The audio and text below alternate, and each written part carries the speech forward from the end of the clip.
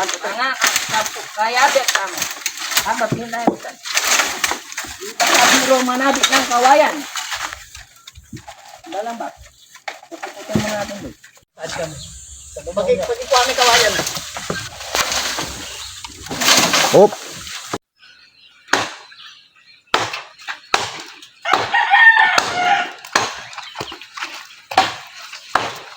Said mo rin yung misis mo ba? Ito mga kapatid, nandito po kami ngayon sa San Vicente Magalang at ito po yung mga nakuha namin. Ito po, ako po yung nagtumatabas, yung mga kasama ko po yun. Mahirap po talagang kumuha ng kawayan, lalo na matatalim po yung mga tangkay nila. Yan po.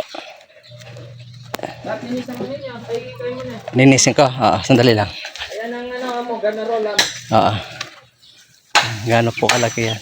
Ano? Puputol na mo. Ano ba ya? Ganaro lang. Sana yung ano, paputulin ko. Ituloy ko yung ginagawa. Ang paano pututin mo?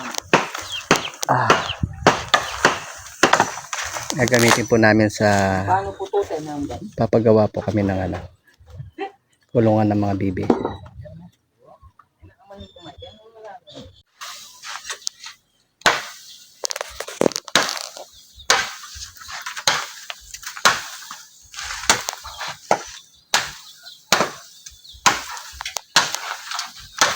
Ito.